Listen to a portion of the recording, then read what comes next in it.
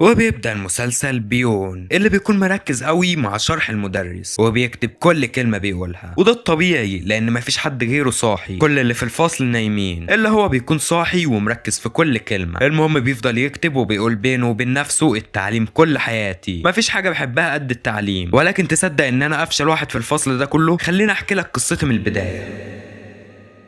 من صغر سني وانا بحب المذاكره، بذاكر وبعمل كل اللي عليا، بس النتيجه يا دوب بتنجحني. كبرت شويه وقلت لامي تجيب لي مدرسه خصوصيه في البيت. جاتني المدرسه لي، كنت بركز معاها وبذاكر ليل نهار، واخر السنه لما بتظهر النتيجه بلاقي نفسي اسوأ من الاول، المركز ال 279 من 280. وفي يوم وانا ماشي في المدرسه الواد ده بيقول لزميله انا نفسي اخش الجامعه، بيقول له ان كنت عايز تخش الجامعه روح على ثانويه يوسونغ الفنيه، الفكره بتعجب يون وبياخد بعضه ويمشي. ولكن الواد بيرد على صاحبه وبيقول له على جثتي يا عم اروح الثانويه دي ثانويه كلها لبش، دي اخر حاجه ممكن افكر فيها. بيقول له عندك حق. يون بمجرد ما بيخلص اعدادي بيروح على الثانويه، ومش اي ثانويه، ثانويه يوسونغ يا عزيزي. ما بيكونش مصدق نفسه وبيخش جوه الحماس مليه، بيقول بينه وبين نفسه اخيرا هلاقي العلم اللي بحلم بيه واخش الجامعه اللي بحلم بيها. بيقف قدام الفصل وبمجرد ما بيفتح الباب بيلاقي علم، ولكن علم فنون قتاليه يا عزيزي. بيبص على يمينه بيلاقي العيال مولعه دخان وكل واحد خاربها بشكل شمال، بيكون في منتهى الصدمه. وابن الارمه ده بيقول له انت تصورنا لا ولا ايه؟ لف وشك لاجي اقطعهولك. بيرجع البيت وما بيكونش مصدق اللي كان شايفه، بيقول بينه وبين نفسه مش مشكله، بلاش احبط نفسي، مش معقول المدرسه كلها شباب مش حابين التعليم، اكيد فيهم اللي عايز يتعلم، مهما كان مين هو الشخص ده وفين اكيد هلاقيه، وبعد ما اخش مع الشخص ده في المجموعه دي اكيد هتعلم منه وهنجح واخش الجامعه اللي نفسي فيها. وفعلا تاني يوم بيقعد في الفصل ومحدش بيكون معبر المدرس اللي بيشرح بما فيهم يون، لانه بيكون بيجمع اي طالب يعمل معاه مجموعه دراسيه ويحسن بها مجموع اخر السنه. بيفضل يبص على كل واحد وكل ما عينيه بتيجي على حد بيقول لا مش هو ده، كلهم شروشتيه الا الواد ده باين عليه ابن ناس محترم زيي بالظبط. هو فعلا بيروح له وبيقول له ايه رايك نذاكر سوا؟ بيفرح قوي وبيقول له ماشي. وهوب ابن الهرمه ده بيزقهم هما الاثنين، بيقول له انت ضايع مني في الترتيب، انا 173 وبعد ما كسر عظم وشك رتبتي هتعلى في الفشل، هتاخرك هلا. ما بيرضاش يخش عليه. بيجي ابن الهرمه التاني ده وبيقول له لو ما ضربتوش هبلغ عنك قسم التأديب، وانت عارف ممكن يعملوا فيك ايه. بيخش عليه ولكن الواد بيكسر عظمه. المدرس بيخش عليهم ويون بيلم له كتبه وبيرجعهم له تاني. المدرسه اللي بتخش لهم وبتقول لهم ازيكم يا اولاد، اول يوم ليا النهارده معاكم، احب اعرفكم بنفسي انا الاستاذه لي. يون بيفتكرها لان هي دي المدرسه اللي كانت بتديله درس خصوصي في البيت. المهم اللي ما بتلحقش تقول كلمتين على بعض بتلاقيهم عملوا فرح في المكان، واحد منهم بيعمل بومبا وهوب الكوبايه دي بتتضرب بتيجي في السبوره. بتكون من مين؟ لهيون ابن الهرمه. بيقول لهم مين اللي عمل البومبا دي وانا نايم؟ اللي عملها بيرفع ايده، بيقوم له وبيلسعه بحته قلم محترم. اللي بتقول له انت بتعمل ايه؟ بيقول له ارحمك عشان المدرسه الجديده، وبيسيبه وبيرجع مكانه. اللي جنبه بيقول له انت ضربته بالعصير بتاع يا حيوان. بيقول له انت قلت ايه؟ بيقول له ايوه يا حيوان، وبالخصوص كده كلب بلدي. بيكسر بيه الباب والطلبه كلهم بيروحوا يتفرجوا عليهم. واحد منهم بيقول للتاني هتراهن على مين؟ بيقول له في زيرو اقوى واحد في الفصل، لهيون هو اللي هيكسب. وفعلا لهيون بيخرج على الواد وبينزل تخبيط فيه، ليه بتزعق لهم ولا بيعبروها. الجوله بتخلص وكلهم بيرجعوا تاني. بتخلص الحصه وبتروح ترمي الزباله دي، بتلاقي البرميل مليان سجاير وبتكون في منتهى الصدمه. مين بيقول لها ازيك يا استاذه لي؟ بتقول له مين؟ والله كبرت يا مضروب. بيقعد معاها بتقول له ايه الاخبار؟ معلش انا سبتك زمان وما كملتش معاك، كانت ظروفي صعبه قوي. بيقول لها ولا يهمك، هو انت ناويه تكملي هنا؟ بتقول له وايه اللي هيمشيني؟ بيقول لها تقريبا المدرسه اللي قبلك ما كملتش اسبوع ومشيت. بتقول له طب كويس انها كملت اسبوع، انا لسه في اول يوم. يمين مش عيب اما استقيل في اول يوم ليا؟ عارفه انك خايف عليا بس ما تخافش، انا انسه بس بعرف اتعامل مع اي حد. المهم ايه اخبار الدراسه معاك؟ بيقول لها في كام حاجه كده شغال عليهم وان شاء الله الحاجه دي هتحسن مجموعه اخر السنه. بتقول له ايه هي؟ بيقول لها سي هيون. هو فعلا بيروح له بيفضل يلف وراه ما بيسيبهوش في اي مكان. سيب يجيب اخره وبيقول له يا عم تعالى هعلمك، بص بقى وركز معايا، لو قسمنا الكحكه دي 3 حتت هيبقى معانا كام حته؟ بيقول له 3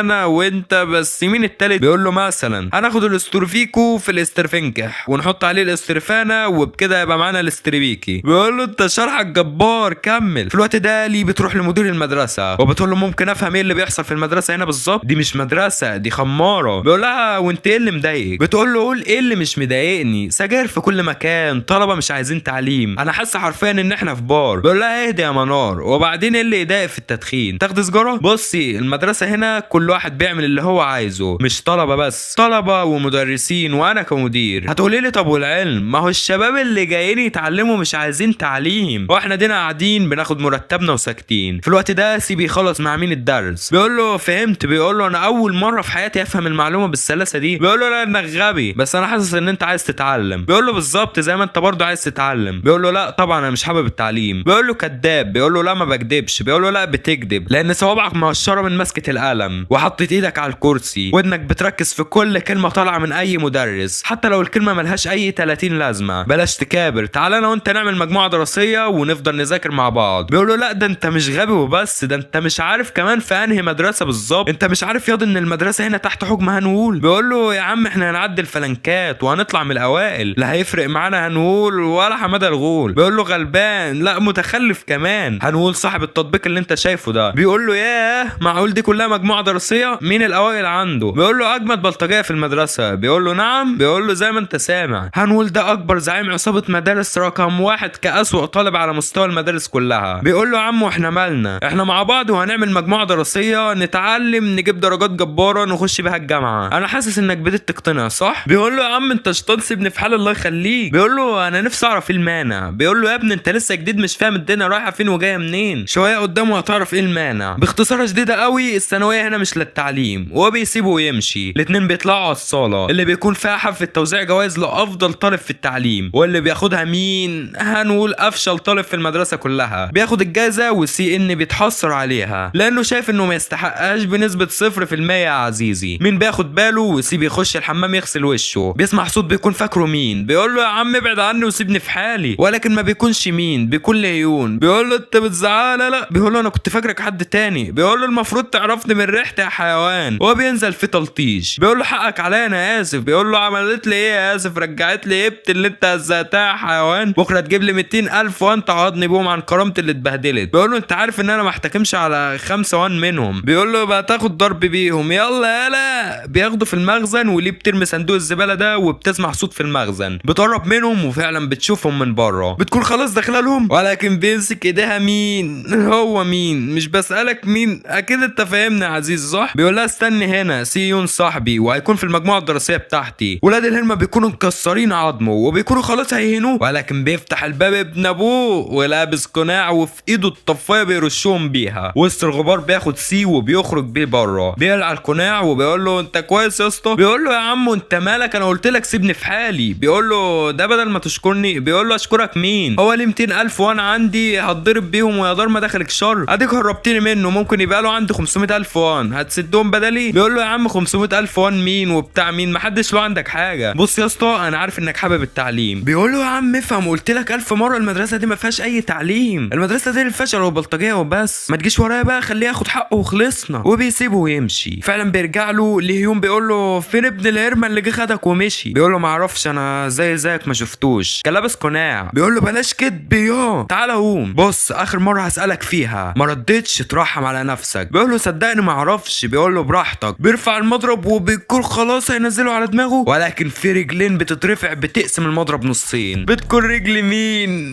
هو مين يا عزيزي؟ اي نعم مين غبي في المدرسه واستيعابه للمعلومات بسيط، ولكن موهبته الحقيقيه في الفنون القتاليه. ليهم بيقول له يعني انت كده حلو، طب خد يا. بينزل عليه مرتده بينزله على الارض مغمى عليه. سيهيون بيكون في منتهى الصدمه. مين بيقول له انت كويس؟ ها قلت ايه، هتخش معايا مجموعه الدراسيه؟ بيقول له يا عم مش هينفع، اولاد الهرمه دول كتير، خليك في جنبه والعب بعيد عن الناس دي يا اسطى وسيبني في حالي. وبيسيبه ويمشي. تاني يوم مين بيروح على المدرسه وبيفتح الشنطه وبيبص على سي، بيخرج مذكره سي وبياخدها وبيروح له بيها. بيقول له خد دي وقعت منك امبارح. بيقول له مش عايزها. بيقول له خلاص هخليها معايا. بيقول له خدها. وهوب سيهيون بيخش عليهم بيقول له وسعولي. بياخد المذكره من بيقول له هاتها. بيقول له تهمك قوي. بيخرج الولاعه وبيولع فيها وبيرميها بعيد. من بيروح جري عليها وابن الهرمه بيفضل يضرب فيه ولا بيهمه. ليهم بيجيب المفتاح ده وبيخش عليه بيه. مين بيجيب اخره وهي واحده على وشه بيجيبه على الارض. بيروح جري على المذكره وبيفضل يطفيها بايديه. بيرجع تاني لهيون وبيقول له اعتذر لسيهيون على اللي انت عملته فيه. بيقول له على انتريه. بيخش بالمفتاح فيه، ولكن مين بيلف الناحيه التانيه وهي واحده بيكسر له ايديه. برضه الواد بيخش عليه، ولكن هي واحده في التانيه على الارض بيرميه. لهيون بيبص على الشنطه وهي والعه، وفعلا بياخدها وبيرميها عليه. الكل بيكون في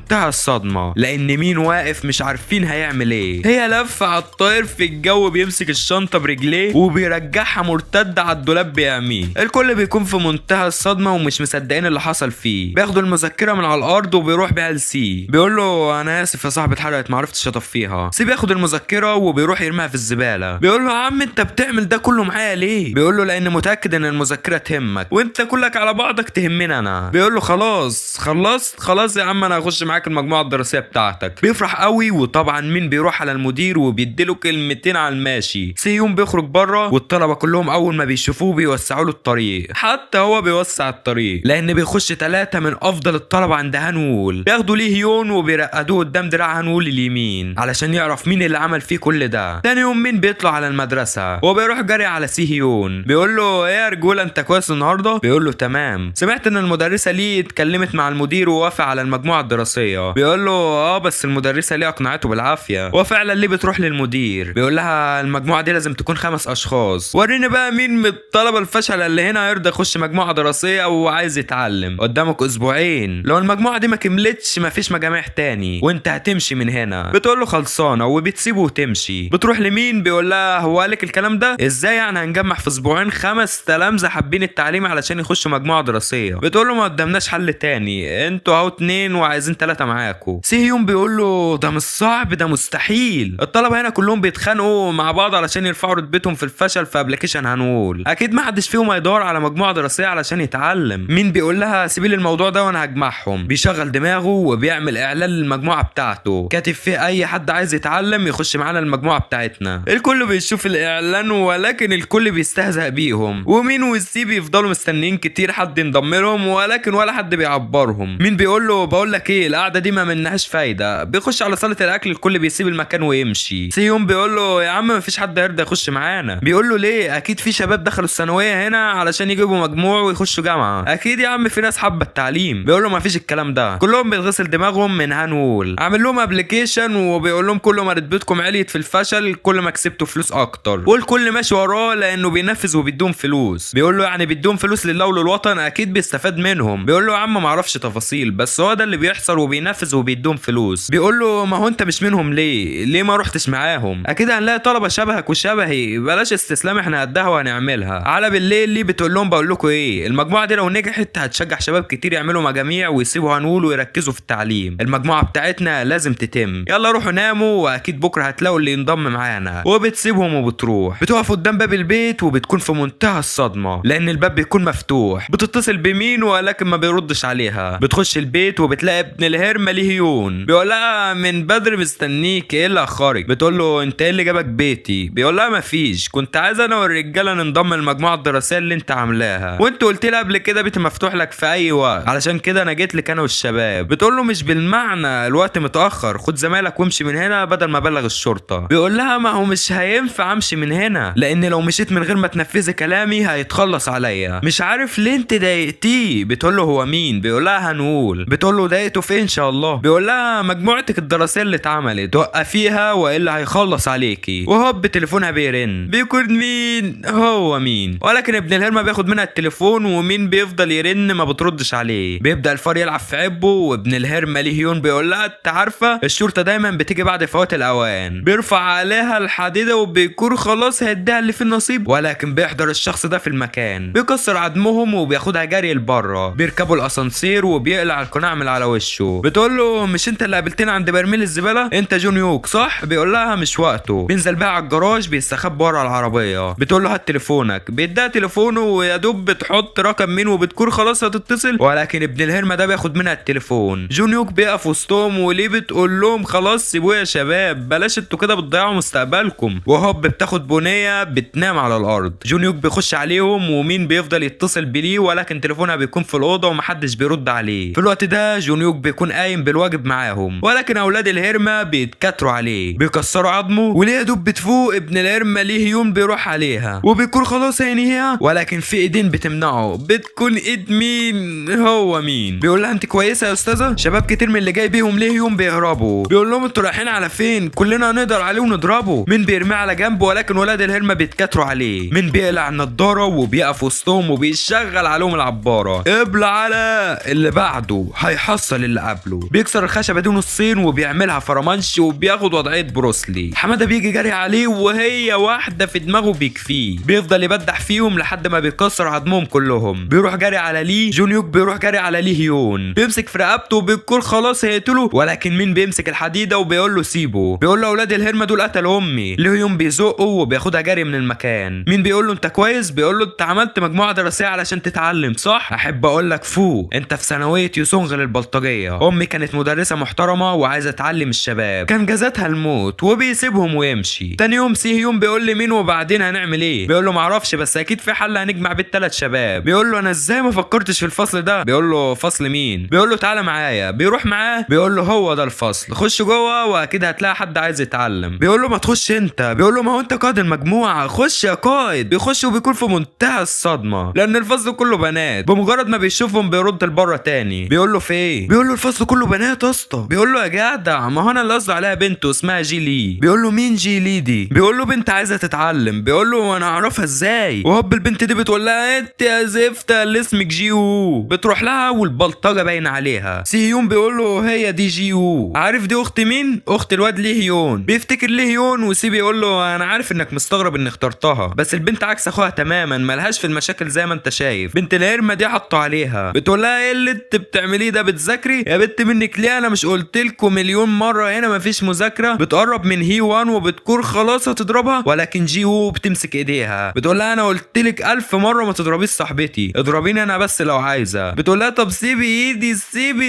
سيبي وبتديها واحده بترقدها على الارض. بتبص على الجدول اللي هم عاملينه وبتطف اللي باله وبتكون خلاص تنزل عليه ولكن في حد بيتلفع على صبعه. بيكون مين؟ هو مين؟ بياخد الجدول وبيقول يا الله كل دي مواد بيدرسوها؟ لا البنات دي عايزه تتعلم. كيو مين بتقول له انت بتعمل ايه يا اخينا؟ بيقول لها خلاص بقى جي وو انت هتعلميني ده كله صح؟ مره واحده بيخش عليهم كيو جين قائد لجنه التأديب وبيقول في نوش هنا ايه اللي حاصل؟ كيو مين بتقول له ابن الهرمه. بيقول لها اسكتي خالص انت يا عمري بيبقى شكلك حلو وانت ساكته. انت مين يون مين اللي كسر عظم لي هيون؟ انت واقف بتعمل ايه مع حبيبتي؟ بيقول له لا انا ما كلمتش حبيبتك، انا كنت بتكلم مع جي وو تخش المجموعه بتاعتي. بيقول له ما هي جي وو هي حبيبتي. بيقول له معلش ما كنتش عارف انها حبيبتك. سي هيون بيحضر وبيقول له يلا بينا. بيقول له لا يا عم هنشوفها الاول. بيقول له اخرس خالص يلا بينا. ابن الهرمه بيقول لها ايه يا جي وو مش هتحن عليا وتديني اللي انا عايزه؟ بتقول له اه يا ابن الهرمه. بيقول لها اهدي خالص هتضيع نفسك وتضيع اخوكي وعلشان نطرتك دي هديكي 3 ضربات على ايديكي. بتقول له اضرب. بيكون خلاص هيضربها ولكن بيلاقي اللبانه دي اتلزقت في وشه. بتكون من مين؟ هو مين؟ بيقول له انت مش بتقول انها حبيبتك؟ في حد بقى يضرب حبيبته؟ بيقلع له النضاره وبيشيله على كتفه وبيكون خلاص هيقلبه ولكن المدرس بيقول له انت يا ابني انا مش بنده عليك يلا في اجتماع عايزينك. الواد بينزل مين وبيقول له انت ما تعرفش انا مين ولكن صدقني يا مين اللي جاي عليك جحيم. هو بيسيبه ويمشي. يون مين بيبص حواليه بيلاقي الكل في منتهى الدهشه بيه. بيرجع مع سي هيون بيقول له يا عم انت اتجننت؟ انت ازاي تعمل مشكله مع قائد لجنه التأديب؟ انت مش ناوي تجيبها البر ولا ايه؟ انت كده اصلا مش عايز تتعلم، انت عايز مشاكل وبس. بيقول له يا عم وانا ايه اللي عرفني ان هو في لجنه التأديب؟ بيقول له ما هو واقف على البوابه بلبسه طول اليوم ازاي ما بتشوفوش يعني؟ ما علينا اللي حصل.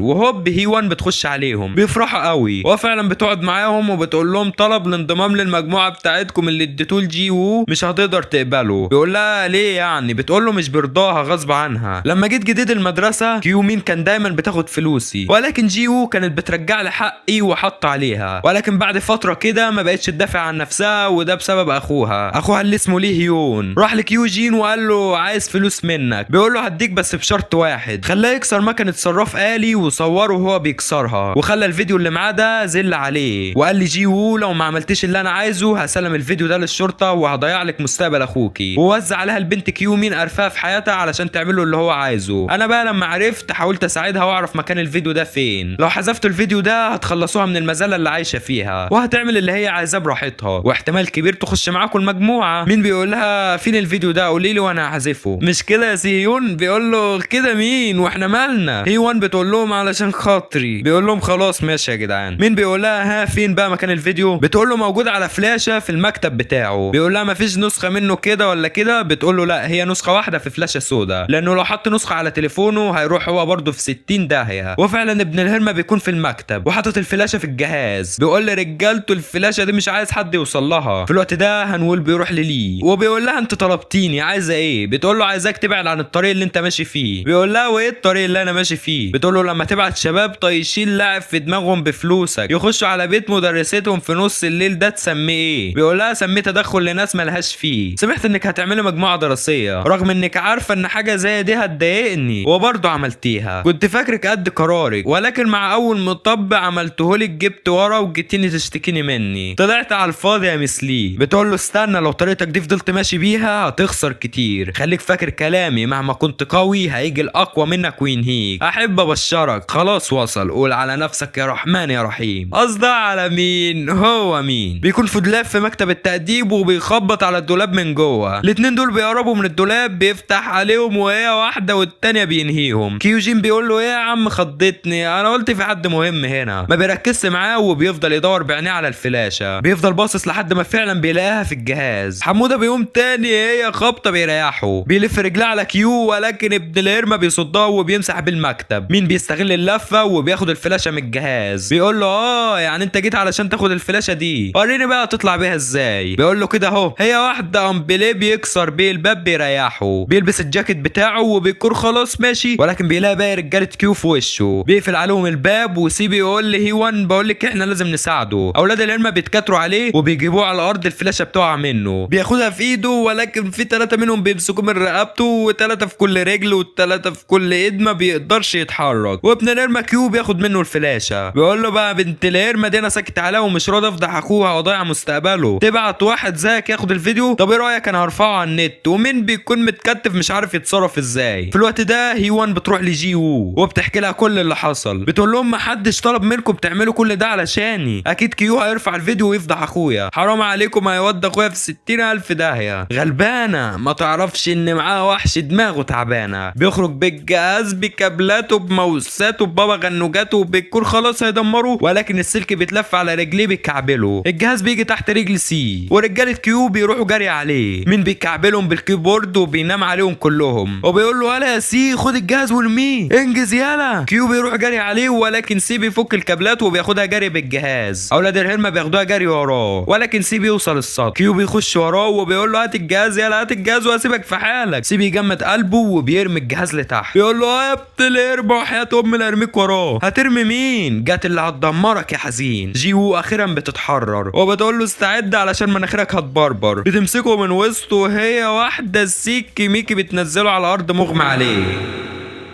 في الوقت ده مين الاستاذ بياخده من ودانه بيفضل يدور على الفلاشه. بيلاقيها في الارض. بيقول بنت هيوان خديها بسرعه. بتقرب من الفلاشه ويا دوب بتاخدها. بنت الهرمه كيو مين بتقول لها هي دي الفلاشه اللي الدوشه دي كلها معموله علشانها؟ ما تعرفيش يا بنت انت فيها ايه؟ بتقول لها لا. بتقول لها ايا كان حبيبي كيو هيفرح قوي بيها. وبتاخدها وتمشي. هيوان ما بتقدرش تتكلم ولكن بتجيب اخرها وبتقول لها هاتيها يا بنت الهرمه. البنت بترجع لها تاني والاتنين بيروحوا جري على بعض. هي واحده بتنهيها وجيو بتقول لها حلوه الحركه دي عاش عليك يا بنت. كيو بينزلوه مسندينه وهيون ليه بيحضر في المكان وبيفتكر اللي حصل معاه من نص ساعه. هان بيقول له انت خدت فلوس كيو جين صح وطبعا مصورك فيديو وانت بتسرق. عارف كيو بيعمل ايه بالفيديو ده؟ بيهدد في اختك وبيخليها تعمل له اللي هو عايزه. خد السكينه دي وروح خلص عليه. هو فعلا بيكون معاه السكينه وبيروح جري عليه. بيخبطه في جنبه بينصدم لان الضربه ما بتجيش فيه. بتاخدها مكانه الاستاذه ليه. بينصدم وبيفضل يعيط عليها. بتقول له ما تخافش انا كويسه. بتطب على الارض ومين بيجي جري عليها. بياخدها على المستشفى والدكتور بيعمل معاها اللازم. جيو بتروح لهم في المستشفى. بيفرحوا قوي بيها. ليه بتقول لها ما تقلقيش انا بقيت زي الفل وكلها اسبوعين وهخرج من المستشفى. بتقول لها سامحيني انا المره دي ما سكتش لاخويا وخدته بايديا وسلمته للشرطه. مش عارفه اقول لكم ايه على وقفتكم جنبي. سيون بيقول لها احنا ما عملناش حاجه احنا مجموعه فريق واحد وهيوان خلاص بقت معانا. جيو بتقول لها بجد؟ بتقول لها اكيد وبتاخدها بالحضن. كلهم بيكونوا في منتهى السعاده. وتاني يوم بيروحوا المدرسه لمين بيلاقوه قاعد لوحده. جيو بتقول لهم بيعمل ايه المجنون ده. بيبصوا عليه بيلاقوه جايب 4 صور ليهم وكاتب عليها مجموعه يون مين الدراسيه. هيوان بتقول له ايه الحلاوه دي. بيقول لها لازم القائد يبدع فاضل مكان واحد واكيد هنملاه قريب. تفتكروا مين ده يا شباب؟ وهوب طوبه بتترمي عليهم بتكسر الازاز. بيبص الواد ده بيقول له ايه مين بقى انت اللي محدش قادر عليك انزل خلينا اعلم عليك وعلم مركز قوته وفشلي. ما بيعبروش وبيسيبه وبيخش جوه. بيقول لي بيقول زميله شفت خاف منه ودخل. بقى زمايله بيجيبوا له الشخص ده معاه طلب تقديم في مجموعه دراسه مين. بيقول له بقى انت عايز تنضم للفشله دول. مين بيخرج له وبيقول له سيبه. بيقول له ايه عايزه معاك؟ طب اهو. بيقطع الورقه. مين بيطلع من الشباك وزمايله بينصدموا. اللي تحت ما بيكونوش مصدقين لانه مش عارفين بيتعاملوا مع مين. بينزل عليه وهي واحده على الطاير بينيموا على الارض ما بيقومش تاني. محدش بيكون مصدق ان كل ده بسبب واحد جاي يقدم في المجموعه ولسه اصلا ما انضمش. مين الواد ده بقى يا عزيزي؟ لي جون. من صغر سنه بيحب القتال ولكن اللي بيحصل انه بينقتل وبس. اي حد بيسفخ فيه. واما كبر قرر يخش ثانويه يوسونغ علشان يتعلم القتال. وبرضه اما دخل علشان يتعلم بقى يتضرب بس ما بيضربش. اشتغل على نفسه لحد ما وصل للمركز ال17 كأسوأ طالب في المدرسه ولكن ما قدرش يعدي الرقم ده لان الرقم ال16 دايما بيعلم عليه مش قادر يتخطاه. وفي يوم شاف مين واسلوبه في القتال. شاف فيه وحش جبار. قرر ينضم لمجموعته علشان يعلمه القتال. واما مين بيعرف انه عايز ينضم لمجموعته علشان يتعلم القتال ما بيرضاش يقبله في المجموعه. الواد بيفضل واقف بره وبيقول له يا عم انت ايه مشكلتك واحنا بنتعلم دربني معاك. بيقول له بجد من هنا اطلع لك. بيقول له خلاص يا عم ضمني وانا اذاكر معاكم. بيخرج له بيقول له متاكد من كلامك؟ بيقول له اكيد. بيقول له انا ايه ضمني انك ما بتضحكش عليا وهتذاكر بجد. بيقول له